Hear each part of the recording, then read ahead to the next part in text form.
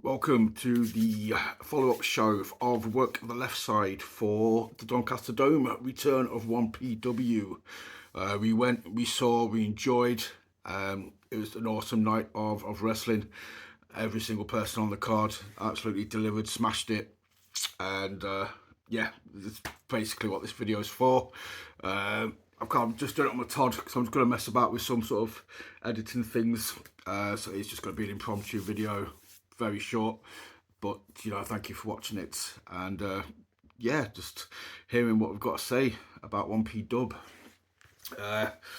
Obviously, anybody knows the history. 1PW is huge. If you watched last week's episode, you know what the crack is. So yeah, this was like the return show after 15 years. Doncaster Dome was pretty much the home for 2 or 3 years when they ran previously. So it was nice to have it there. And it definitely brought back some memories. Getting massive sort of nostalgia trips, walking through the building, walking down the steps, walking down the ramp. Yeah, it is an awesome venue. It holds well over 1,000 people. So, and yeah, it's just spot on. So, well, I'm sorry about the hood. I've got a questionable red eye, so I'm just trying to well, palpatine it so you don't see my eye that much. So yeah, anyway, 1PW started off absolute banging match. A really good match to open it up with. You had Robbie X versus Ace Austin. It wasn't all unicorns and fairies. There was an issue with the sound system. For some reason, Ace Austin's music didn't play. A song did start playing, which I thought was Ace Austin's, but it turns out to be Ace Matthews, as we found out later on in the night. So that was a hiccup, but you know, it doesn't take away from the match. Ace Austin, you know, it's no coincidence the guy's in Bullet Club. He's good at what he does. He's a very good wrestler, and Robbie X is up there as being like the best wrestler in Europe right now. The guy is just tearing it up. He's got so much potential, such a big up curve, and he got to showcase that at New Japan the following day as well, down in London. So again, you know, in New Japan don't give their spots on the cards to just anyone. So that speaks volumes that he was on there. As you would expect, just a very fast-paced, high-octane sort of match. Robbie X going over, and yeah, man, very, very good match. Both guys turned it up, and looking forward to seeing what happens going forward. I think Robbie's going to be a massive player in 1PW. You know, they kind of built up the fact that he started his training 15 years ago at the 1PW Academy. So, you know, it's a dream to main event at 1PW event at some point down the line. So yeah, fingers crossed, you know, 1PW cracks on, continues on, and is around long enough that we see Robbie as, you know, in the main event, because the guy would be a very credible world champion. After that, we had, talking to world champions, we had MLW's Alex Hammerstone versus Nathan Cruz, and yeah, this was just a good wrestling match as well. If anybody watched last week's episode, you'll know my thoughts on Cruz. I think the guy's super talented, and we got the cheeky bonus of Matt Myers coming out with him as well. So we had a little bit of, you know, outside interference, a little bit of gaga going on. Matt Myers very much being the Sami Zayn to Nathan Cruz's solo. But yeah, again, just a good match though. Both guys can work. I said it on last week's video. Cruz is probably the most American British wrestler on our scenes. So yeah, it's only a matter of time. I think he's been over there working with MLW. So hopefully long continues and he gets recognised stateside for his talents. But it was a good match. Yeah, sort of a doohickey finish, and it was what it was. Up until the ending, it was a good match. Both guys put in a tough performance, and yeah, thoroughly enjoyed it. And can't remember the match orders properly. I might be getting them right. If I'm not, I apologise. Let me know in the comments. But I was drinking at this time as well. So I believe we had Jamie Hayter versus Session next, and obviously Jamie Hayter got the the pop that an established name will get. But yeah, Session got a massive reaction. Everybody seems to love Session, and I wasn't overly familiar with her before this, but after watching this, I get why. It's very old school, Adam Rose and the Rosebuds, that kind of, a bit of a conga line. I mean, No Way Jose was shit, but everybody loved his entrance. Whereas Session's quality, and you can love her entrance as well. So yeah, it works on both sides. Again, good match. Both women are super talented, but I'm hoping Session will become a 1PW regular. She fits perfectly, into the promotion, into the crowd. The kind of stuff that the crowd likes, is what it is. And this is the crowd that pretty much created Team Shag, who we'll talk about in a minute. So yeah, great match. Jamie Hayter, awesome. As we've said before numerous times when we've talked about AEW, easily a future AEW Women's Champion. And Session, absolutely. Yeah, 1PW ever create a women's title. My money's on Session being the first one to hold it. So awesome match. Next, we had the British Invasion, Doug Williams and Nick Aldis, or Magnus to the old school TNA fans. They were facing Colt Cabana and Darren Burridge, or Greg Burridge, whichever name he was going by, aka Team Shag. And this basically just started off as it continued. You had Burridge coming out, singing his Team Shag song, his theme tune, which the fans were well behind. They were getting into it, singing along. It was just a massive crowd participation match. Obviously, Colt Cabana's there. Very few people have got a connection with the audience like Cabana's got. So, he was there. But they also used the match to pay homage to the late great Tracy Smothers, who anybody's watching this that used to go to 1PW back in the day will remember pretty much any time Tracy was there. It was a white boy dance off, always happened. I mentioned it on last week's episode. I saw AJ Styles doing the Charleston, seen various other people doing stuff as well, just doing dance offs with, seen Sandman pretty much having a dance off with him whilst he was part of a tag team with him at 1PW. So yeah, this match was very much just a homage to Tracy Smothers. They did the white boy dance off. Aldis and Doug didn't participate within the match. They agreed to judge Burridge versus Cabana in the dance off, which then led to actual wrestling. That was great. All four guys can work. And then we got the actual Disco Doug and Nasty Nick doing little dances at the end, and Nick Aldis cutting a promo, just appreciating the British audience. So that was nice. But again, it was a good match. It was what it was. It stopped halfway through. We got a bit of a remembrance, a bit of a homage. We got some good wrestling. And we got to see Nick Aldis as well, who obviously hasn't been over here for a while. And if you know your wrestling, he's a long-term NWA champion, probably the biggest NWA champion in the last decade. So it's just for wrestling fans. It was cool. That though, after Aldis and Williams left, there was a run-in by a dastardly faction who appeared to have an agenda against the 1PW promoter. So obviously planting seeds, setting up storylines.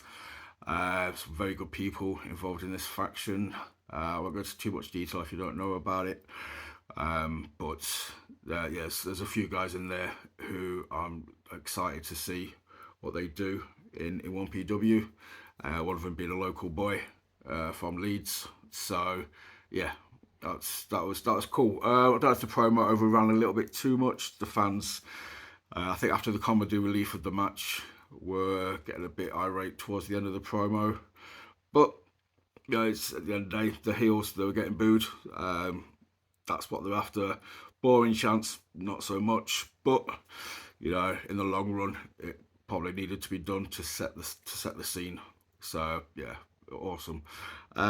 Before the midway break, it was of course the survival of the sickest tag match, and there was somebody who Big Effing Joe couldn't make it over due to weather conditions. So Big Will took his place, and it was just an absolute fucking clusterfuck of hardcore sickness. Iceman was there, obviously 1PW original. You had Ulf, Herman the German, that flaming German, former 1PW world champ, obviously ECW alumni. And yeah, it just basically went from 0 to 60 in 2 seconds.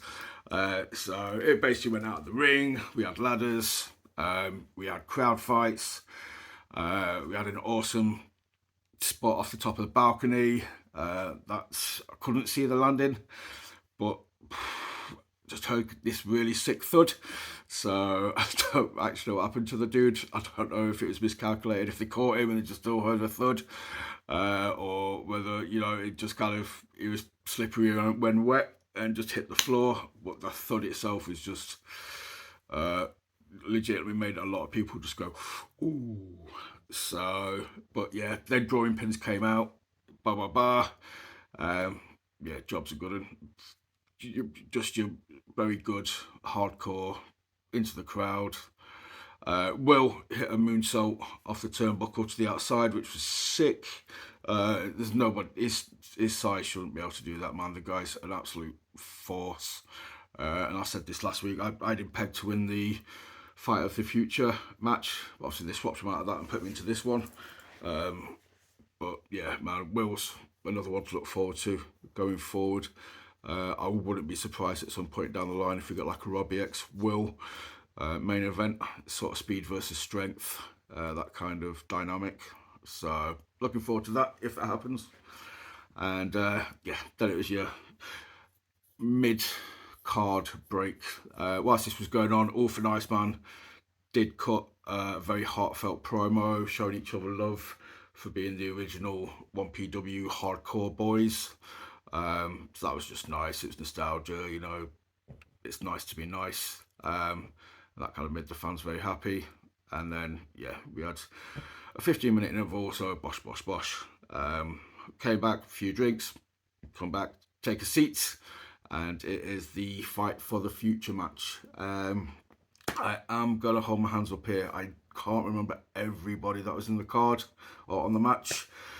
I remember Luke Jacobs, man called Dolis, Amir Jordan, and forget a couple of other people. Scotty Walk.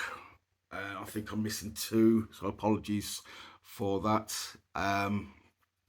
Ricky Knight Jr. wasn't there though, who was originally announced for it. So I don't know what the crack was with that. I did notice he was on the New Japan card for Saturday night. So I don't know whether, obviously, clash of conflict, clash of schedules, double booked. But it was an awesome match anyway. Luke Jacobs is well, not even a future star. The guy looks awesome now. Amir Jordan obviously had the fans in his pockets. The guy knows what he's doing. The man called Dries was so over as well, so he's definitely going to be one that I can see getting pushed by 1PW if they base future bookings obviously on crowd reactions, which why would you not? It's wrestling. But yeah, man, Dries, and he's definitely one for the future. The crowd were well into it. and into his little griming intro and his 0121 chant. So yeah, but Luke Jacobs, ooh, when he hits that lariat, game over. See you later. Yeah, good match. Very, very good match.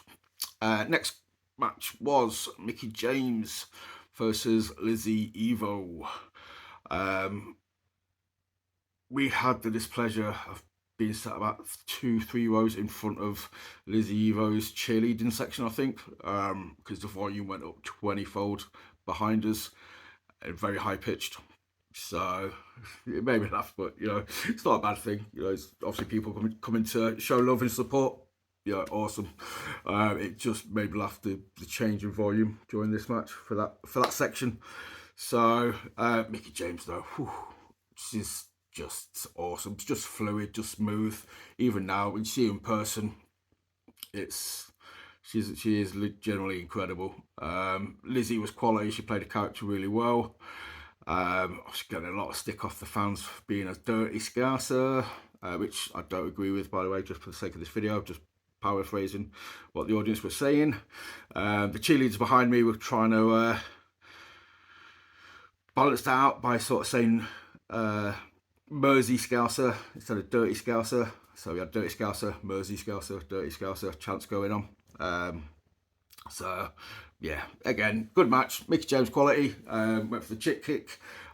Gave Lizzie a little bit of a peck on the lips as a throwback to the old Mickie James Trish Stratus stalker storyline, I would presume. But yeah, awesome match. Mickie got the 1-2-3, but then got sort of jumped. So Session made another appearance. Again, crowd popped huge. Everybody loves Session. Saved Mickie James. They kind of shared a Jaeger or a Monster or whatever cans they had in the ring at the time, and yeah, that was very cool. So that match ended. Good match. Bright future for Lizzie. Obviously, anybody knows British wrestling knows the women's division, knows Lizzie's up there, and it was just great to see Mickie James. It's one person I never thought I would get to see live. So yeah, I was a very happy chap.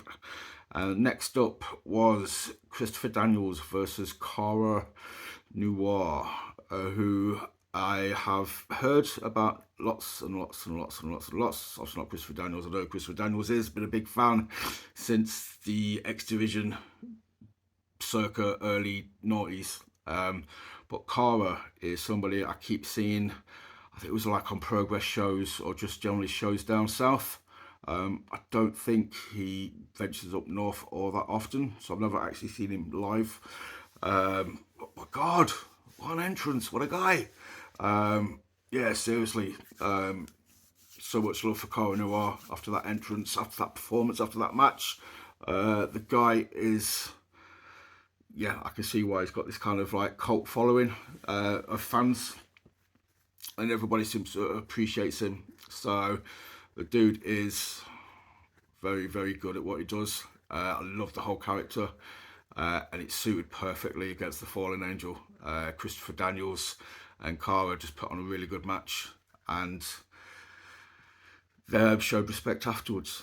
And you could sort of see, hopefully you could sort of see legitimately Daniels was impressed, and he sort of appreciated, you know, what Cara's done and what Cara's created.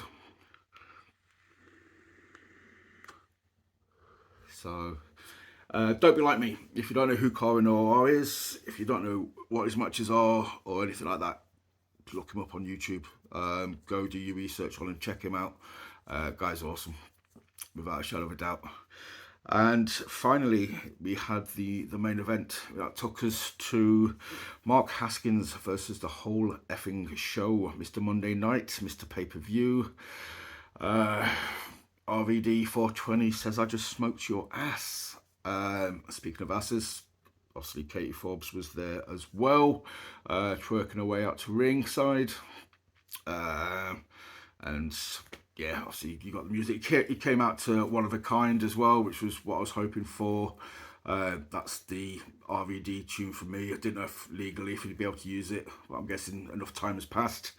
Yeah, RVD versus Huskins. Mark Huskins, anybody who knows me knows the level of appreciation I have for Mark Huskins. I think the guy's one of the best in the country. Got all the time in the world for him. I think he's awesome. And yeah, it's just nice to see him get a chance to, you know, go toe to toe with a genuine Hall of Famer and tear it up. It was a good match. Huskins did his stuff. He had most of the offense. RVD hit the Rolling Thunder and a few other, you know, bits in there. I thought he was going to go for the Van Daminator at one point, which I said last week we would not see. But it never actually happened. He just kind of teased it, jumped onto the top rope to go coast to coast. Yeah, if you don't know, that's the Van Daminator. RVD was doing it years before fucking Shane O'Mac stole the damn thing. Didn't see that. Didn't see the Van Terminator either, or the Van Daminator, sorry. The Van Terminator is the coast to coast. The Van Daminator is the chair kick. We didn't get to see that.